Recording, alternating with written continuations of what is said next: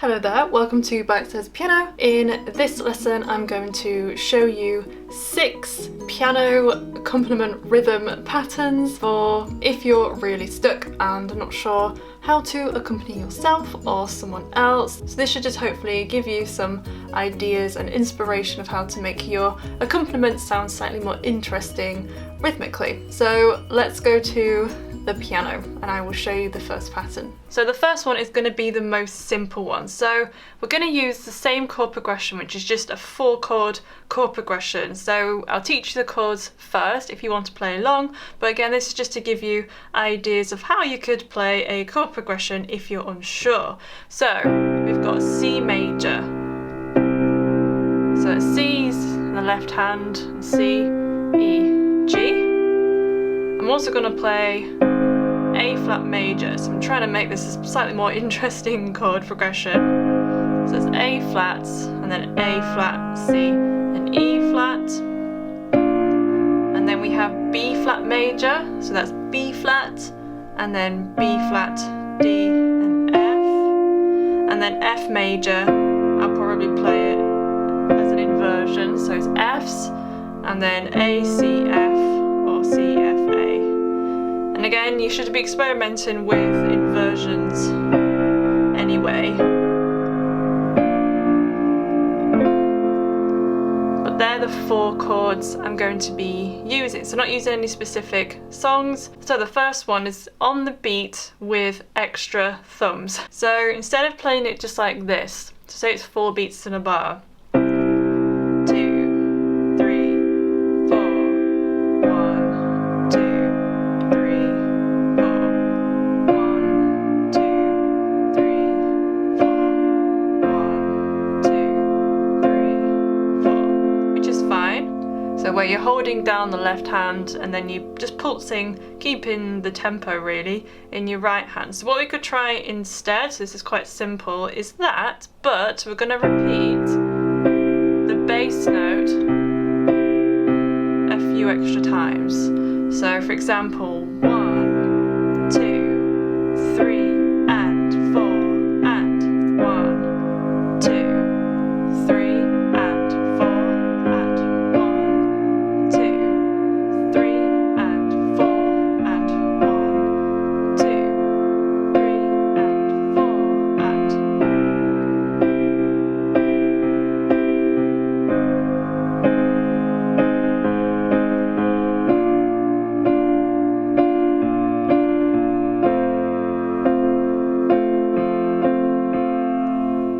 So the next one is a really common rhythm, and it's where the accent beats fall. So it's going 1 and 2 and 3 and 4 and 1 and 2 and 3 and 4 and 1 and 2 and 3 and 4 and 1 and 2 and 3 and 4 and 1 and 2 and 3 and 4 and.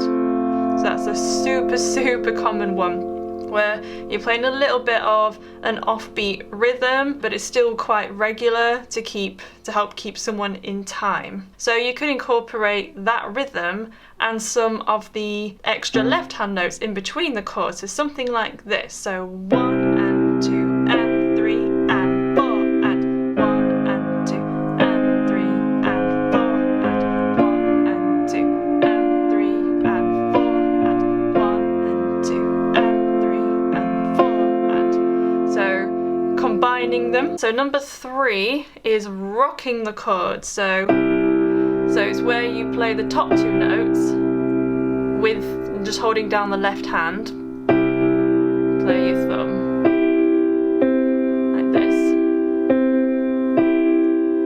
So 1 and 2 and 3 and 4 and 1 and 2 and 3 and 4 and 1 and 2 and 3 and 4 and 1 and 2 and 3 and 4 and. So again, taking the top 2 notes of the chord followed by your thumb by itself. And it makes it sound more full because you're playing on the beats and in between the beats as well. You could again try to incorporate some extra left hand notes, so going 1 and 2 and 3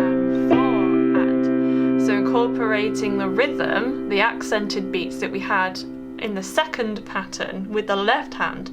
So 1 and 2 and 3 and 4 and 1 and 2 and 3 and 4 and 1 and 2 and 3 and 4 and 1 and 2 and 3 and 4 and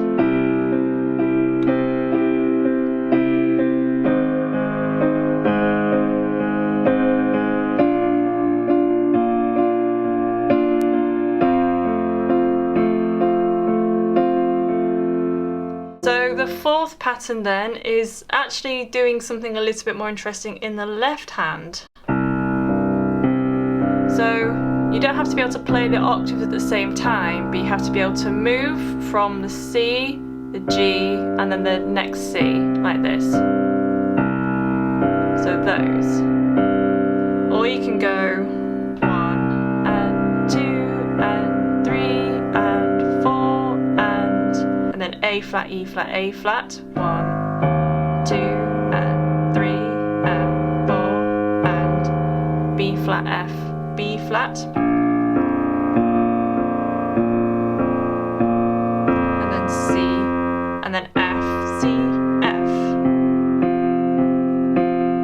So incorporating the fifth in there as well as the octave. And in the right hand you can just hold down the chords. So for example, 1, 2, 3, 4, 1, 2, 3, 4, 1, 2, 3, 4, 1, 2, 3, 4. What also would sound good is if you repeated the right hand chord on beat 4 as well, so like this. 1, 2, 3, 4, 1, 2, 3, 4, 1, 2, 3, 4, 1, 2, 3, 4. So the fifth one is going to be detached. So it sounds a little bit musical theatre. So it's more staccato. So like 1, 2, 3, 4, 5, 6, 7, 8. 1, 2, 3,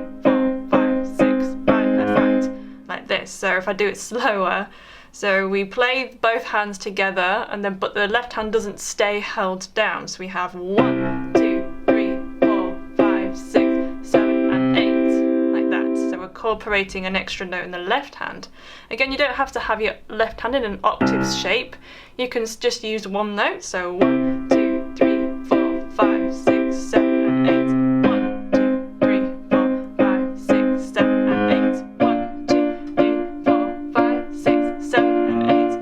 1, 2, 3, 4, 5, 6, 7, and 8. 1, 2, 3, 4, 5, 6, 7, and 8. 1, 2, 3, 4, 5, 6, 7. 1, 2, 3, 4, 5, 6, 7. 1, 2, 3, 4, 5, 6, 7, and 8. And then the sixth one is arpeggiating the right hand. So in triplets. So we have C, E, G, and I'm going to add the octave of the C on top, whilst holding the left hand root note of C down. So 1, 2, 3, 4, and then A flat. So A flat, C, E flat, A flat, and then B flat, D, F, B flat. And then A, C, F, A, if we're playing an inversion. So again with this one you could add an extra left hand note. So 1, 2, 3, 4. 1, 2, 3, 4. 1, 2, 3, 4. 1, 2, 3, 4. 1, 2, 3, 4.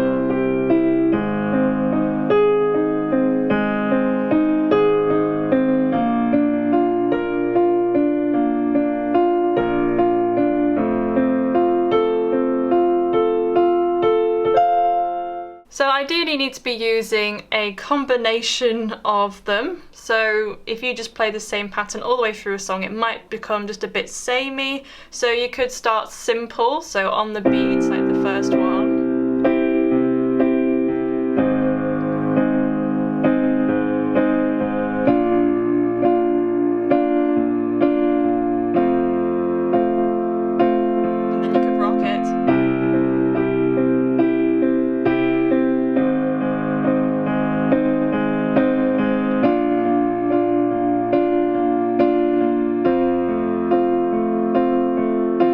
So remember to use inversions to make the chords a bit more interesting. I mostly used root position chords, of course. If you don't know what the inversions are, you really need to know them. So I've left the video links below that tells you exactly what they are, why they're useful, how to do them. So I hope you found that useful and that it's given you a few ideas. Please remember to subscribe if you haven't already. I would love to have you here learning from my tutorials. Go follow me on Instagram, which is at Bitesize Piano. I look forward to seeing you all over there and in the next video.